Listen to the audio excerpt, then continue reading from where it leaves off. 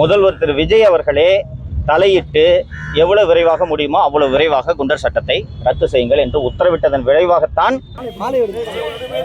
தமிழக முதல்வர் திரு விஜய் அவர்களுக்கும் நீதிமன்றங்களுக்கும் எனது நெஞ்சார்ந்த நன்றியை தெரிவித்துக் கொள்கிறேன். நான் 3 ஆண்டு காலம் மீண்டும் மீண்டும் சிறைக்கு வந்த பிறகு கூட இந்த உழைப்பு வீணாகி விடுமோ என்ற அச்சமும் பயமும் எனக்கு இருந்தது. ஆனால் திராவிட முன்னேற்ற கழகத்தை தூக்கி எறிந்ததன் மூலம், கொளத்தூரிலேயே திமுக தலைவர் திரு ஸ்டாலின் அவர்களை மண்ணை கவ வைத்ததன் மூலம் தமிழக மக்கள் ஒரு அற்புதமான தீர்ப்பை வழங்கி இருக்கிறார்கள்.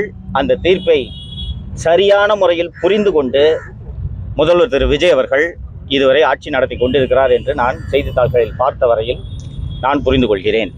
வழக்கமாக அட்வைசரி போர்டுக்கு போய் அப்பியர் ஆன பிறகு குண்டாஸா இந்த அட்வைசரி போர்டு ரத்து பண்ணாங்கன்னா அந்த ஆர்டர் பிரிசனர் ரீச் ஆகிறதுக்கே minimum it will take 8 to 10 days. என்னோட விஷயத்தில் திங்கக்கிழமை அட்வைசரி போர்டு முன்னாடி அப்பியர் ஆன வெட்னஸ்டே ஹோம் டிபார்ட்மெண்ட்டு என்னோட ஆக்ட் 14 டிடென்ஷனை ரத்து செய்து அரசாணையை சிறைக்கு அனுப்பியிருந்தது.